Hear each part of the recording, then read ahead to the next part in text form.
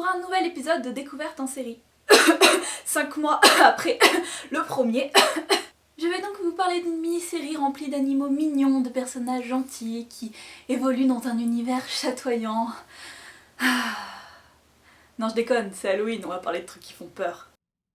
Over the Garden Wall est donc une mini-série américaine qui a été diffusée du 3 au 7 novembre 2014 sur Cartoon Network. Elle a été créée par Patrick McHale. Ah, Patrick, je t'aime. La série raconte l'histoire de deux jeunes frères, Wirt et Greg, qui sont perdus dans une étrange forêt, appelée The Unknown, ou l'inconnu en VF, sans avoir aucune idée de comment ils sont arrivés là et qui tentent de trouver leur chemin pour rentrer chez eux. Ils vont croiser pas mal de créatures un peu étranges, dont Béatrice, une mésange bleue qui peut parler, parce que...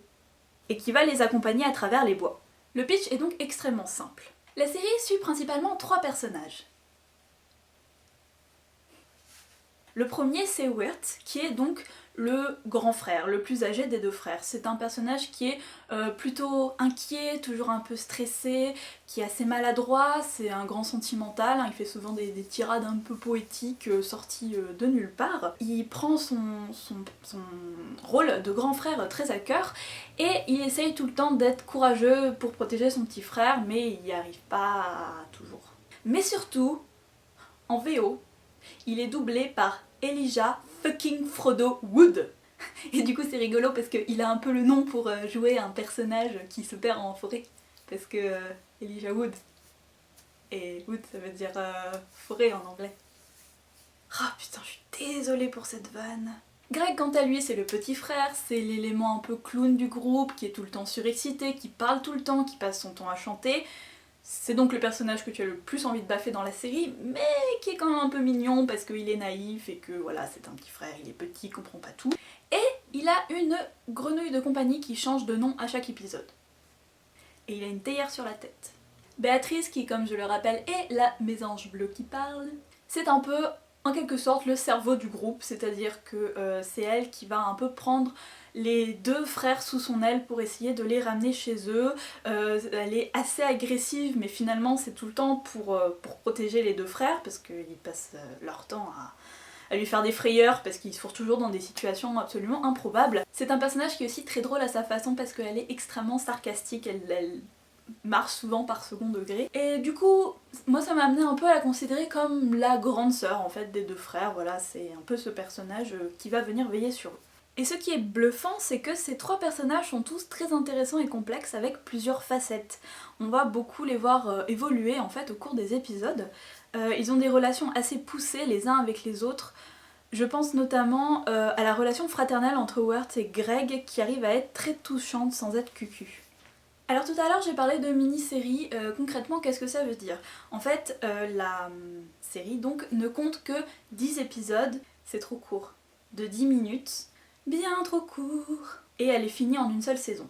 Beaucoup trop court. Au niveau de la construction, chaque épisode va venir se concentrer sur un élément en fait du voyage des deux frères, puisqu'ils vont se rendre à plein d'endroits différents, rencontrer plein de personnes différentes, des gentils et puis des moins gentils.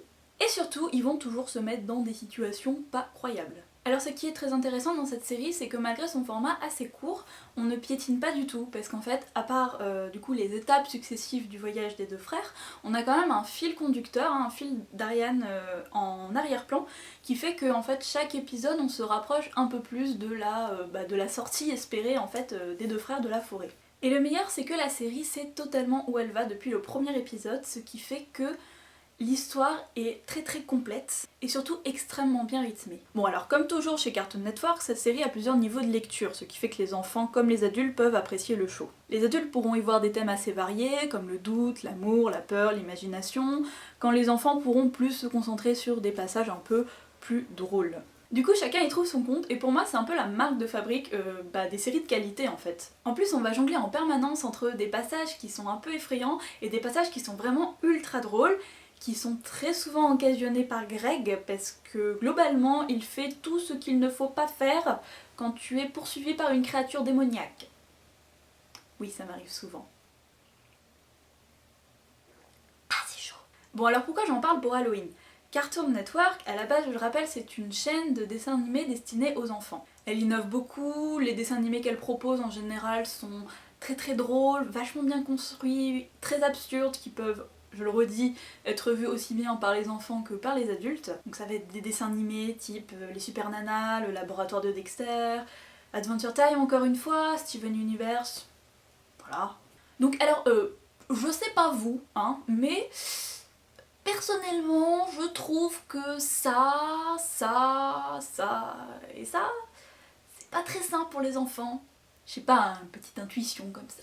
C'est une série que j'ai beaucoup de mal à cerner sur ce point parce que il y a des passages où elle est vraiment assez effrayante et malsaine, et des passages où elle est vraiment très regardable par même les petits. Il y a même un méchant officiel, en plus en fait des créatures que vont rencontrer les deux enfants. Donc les deux frères vont se faire suivre en fait tout le long du show par The Beast, donc la bête en VF, qui ressemble à ceci, et dont on voit en fait la vraie forme vers la fin du show, je crois avant-dernier épisode ou dernier épisode, et il est pas beau. Donc on ne sait pas grand chose d'elle au début, la seule chose dont on est au courant en fait c'est qu'elle veut sceller un pacte avec les enfants. En fait c'est le genre de série où tu te laisses totalement porter par l'histoire, où tu sais pas du tout ce que chaque épisode te réserve, et où tu sais même pas comment l'intégralité de la série va finir. Donc ça c'est un élément qui est absolument génial aussi, c'est-à-dire qu'elle est absolument pas prévisible.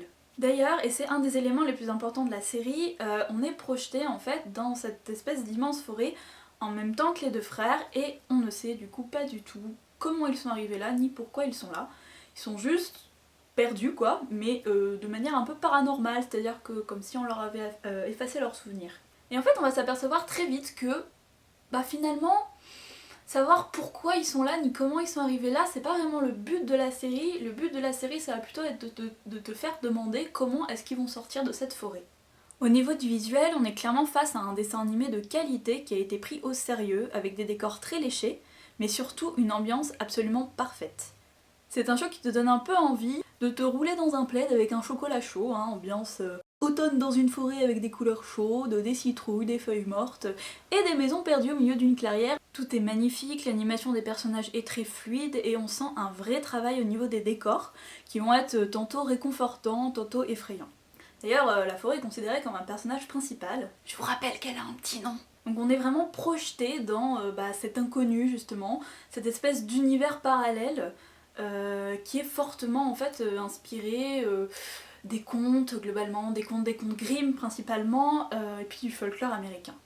Point bonus, la série passe actuellement sur Cartoon Network France, donc doublée en français. Donc ça a été traduit en VF par La Forêt de l'étrange. Et c'est Renan Luce qui fait la voix de Weird. Voilà, c'est moins swag que Elijah Wood, mais c'est sympa quand même. Donc si vous voulez vous faire une idée, Cartoon Network France a mis sur sa chaîne YouTube officielle le premier épisode, donc en français intégralement, qui est visible tout de suite si vous voulez faire un essai. Je vous mets les liens en barre d'infos. Ils ont aussi fait tout un travail autour de la com, autour en fait de la sortie de la mini-série. Du coup si ça vous intéresse, il me semble que c'est sur leur chaîne YouTube aussi, il y a plein de liens, je vous en mettrai quelques-uns dans la barre d'infos, mais qui concernent surtout des interviews, des personnes qui ont doublé en VF, des extraits vidéo, etc. Donc c'est assez intéressant. Bref, si vous cherchez une série de qualité à regarder pour Halloween, jetez-vous dessus. Elle est drôle, poétique, surprenante, juste assez glauque pour être effrayante, mais pas absolument terrifiante non plus. Mais surtout, malgré son statut de mini-série, elle arrive à mener son histoire de A à Z de manière cohérente et en prenant ses spectateurs au sérieux. Foncez! Voilà, ce dernier épisode de Découverte en série est terminé, j'espère qu'il vous aura plu et puis qu'il vous aura donné envie de regarder la série parce qu'elle est vraiment bien. D'ici là, portez-vous bien et moi je vous retrouve très bientôt pour parler de livres.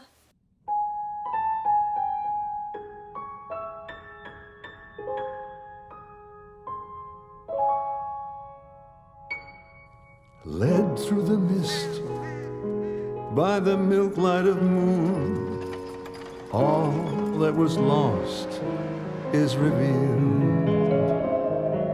Our long bygone burdens, mere echoes